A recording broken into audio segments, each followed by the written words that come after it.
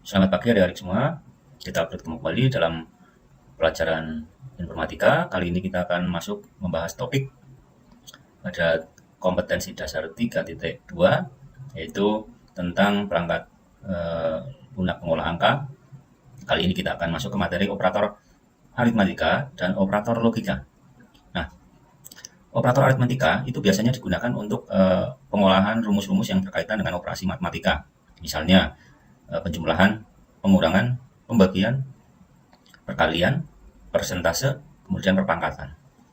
Sedangkan operator logika biasanya dikombinasikan dengan rumus yang lain, misalnya rumus if untuk menghasilkan sebuah statement. Ya, nanti kita akan coba satu persatu. Nah, di rumus operator fungsi operator aritmatika ini kita akan mencoba satu persatu. Ini simbolnya, penjumlahan simbolnya seperti ini, pengurangan simbolnya seperti ini, pembagian simbolnya seperti ini, perkalian simbolnya seperti ini, kemudian persentase simbolnya seperti ini, perpangkatan simbolnya seperti ini ya. Ini bisa dilihat, kalian juga bisa lihat di modul. Kemudian kita akan coba menggunakan rumus tersebut. Nah, contoh yang pertama, kita akan melakukan penjumlahan. Sama dengan, nah, untuk melakukan sebuah operasi rumus, maka harus diawali dengan simbol sama dengan ya, itu wajib. Nah, kemudian melakukan operasi bilangan, bisa langsung mengetikkan angka, sama dengan angka, kemudian operatornya, kemudian angka lagi, kemudian enter. Nah, ini hasilnya ya. Ini akan menghasilkan sebuah bilangan. Atau bisa juga dengan cara yang lain. Ya. Misalnya A3 ditambah B3 ditambah C3, enter. Itu akan menghasilkan operasi bilangan yang lain. Kemudian, yang kedua adalah pengurangan ya, sama juga ya. Tinggal merubah operatornya saja. Operator pengurangan adalah tanda minus seperti itu ya. Nah, ini kemudian operator pembagian. Tinggal kita lakukan aja. Nah, seperti ini ya. Kemudian pangkat. Nah, misalnya kita lakukan pangkat 4 pangkat 3, berarti kita sama dengan 4. Nah, pangkat 3. Atau kita pakai selnya ya, 4 dan sel A3 di pangkat sel C3. Nah,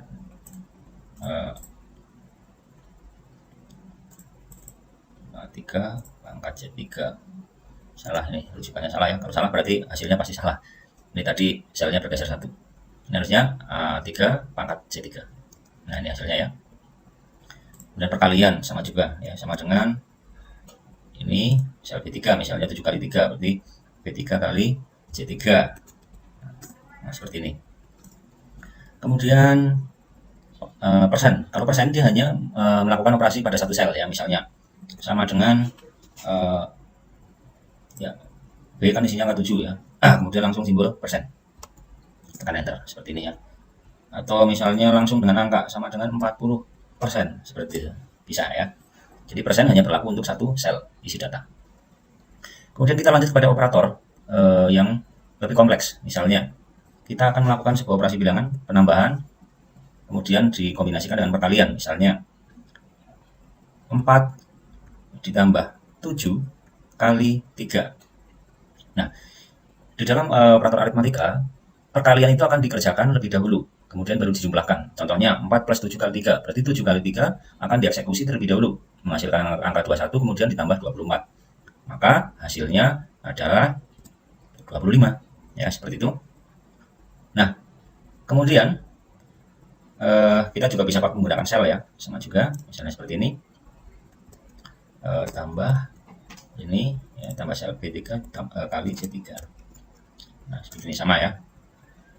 Nah, sekarang kita mencoba membuat sebuah rumus lagi. 4 ditambah 7 kali 3. Nah, sekarang kita kasih tanda pemisah dalam kurung ini, seperti ini ya. Nah, dalam operator aritmatika, ini tanda kurung ini mempunyai hierarki yang lebih tinggi ya, sehingga ketika dieksekusi maka yang di dalam kurung ini akan dikerjakan terlebih dahulu. Berarti itu 4 plus 7 akan dikerjakan terlebih dahulu menjadi 11, baru dikali 3. Ya, sehingga menghasilkan angka 33. Nanti kalian bisa mencoba di lembar kerja ya. Nah, sekarang kita masuk ke operator logika ya. Logika ini dia hanya menghasilkan true atau false karena tidak dikombinasikan dengan sebuah operasi fungsi yang lain seperti misalnya fungsi if ya, itu bisa dikombinasikan dengan operator aritmatika maupun operator logika ya. Nah, sekarang kita akan belajar dulu operator logika. Misalnya sama dengan ini ya, A3 lebih dari C3. Nah, ini akan menghasilkan true ya, karena A3 itu isinya angka 4, C3 adalah isinya angka 3. Maka dia akan menghasilkan true ya. Nah, misalnya kita lakukan operasi lagi. Apakah A3 sama dengan B3? Pasti hasilnya false ya. 4 tidak sama dong dengan 7 ya. Hasilnya false. Nah, seperti ini. Kemudian ada lagi misalnya A3 kurang dari B3. Hasilnya adalah true ya. Karena 4 kurang dari 7 ya. Kemudian coba kita B3, jangan lupa pakai simbol sama dengan ya, B3 tidak sama dengan C3. Nah, bagaimana? Apakah bisa? Ya, tentu bisa ya. Hasilnya adalah true. Ya, 7 tidak sama dengan 3. Nah, seperti ini ya. Kemudian rumus ini juga bisa dikombinasikan, misalnya sama dengan misalnya A1 ditambah B1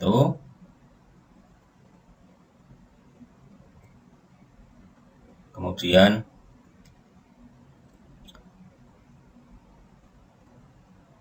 lebih dari lebih dari 10 misalnya ya. Nah, oke, kita lihat dulu ya.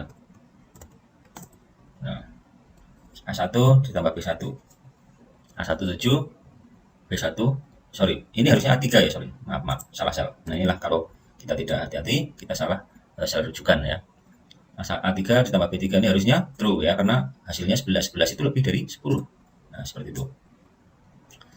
Nah, contoh yang lain adalah kita mencoba menggunakan rumus operator ya, dikombinasikan dengan rumus if. Ini sebagai contoh saja ya, bahwa operator logika atau aritmatika itu bisa dikombinasikan. Misalnya ya, sama dengan if ya. Ini kita belum masuk if, tapi ini hanya contoh saja. Ini bisa kita lanjutkan pertemuan berikutnya. Kita akan mencoba kalian bisa membayangkan bahwa penerapan operator aritmatika dan operator logika itu bisa dikombinasikan ke fungsi-fungsi yang lain. Misalnya if ya, kita mau ngecek misalnya sel B3 ya, B3 berarti kan selnya itu ya lebih dari 5 ya. Jika isi sel B3 lebih dari 5, maka kita kasih keterangan misalnya angka lebih dari 5.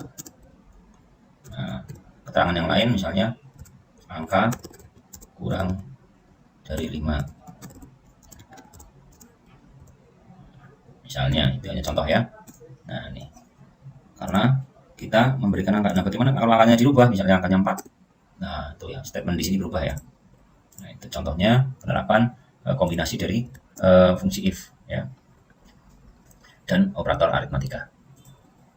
Nah, sekarang kita lanjut coba, kita akan menerapkan nih yang operator lebih dari sama dengan ya. Nah, ini misalnya apakah 7 lebih dari sama dengan 3? Nah, bagaimana hasilnya? Kita lihat. Apakah 7 lebih dari sama dengan 3? Benar ya. Kemudian kita ganti, apakah 7 lebih dari 7? Tapi lebih dari sama dengan 7 harusnya false. Masih true ya. Oke. Oh iya, karena ini masih sama dengan ya. Tapi kalau 7 lebih dari 7 ya pasti false ya. Tapi kali 7 lebih dari sama dengan 7 pasti true. Nah, seperti itu ya contoh penerapannya. Nah, kalian bisa mengerjakan nanti di lembar kerja untuk pemahaman kalian, memahami tentang operator aritmatika dan operator logika. Selamat belajar, semoga kita bisa mencapai kompetensi yang kita harapkan untuk pertemuan kali ini.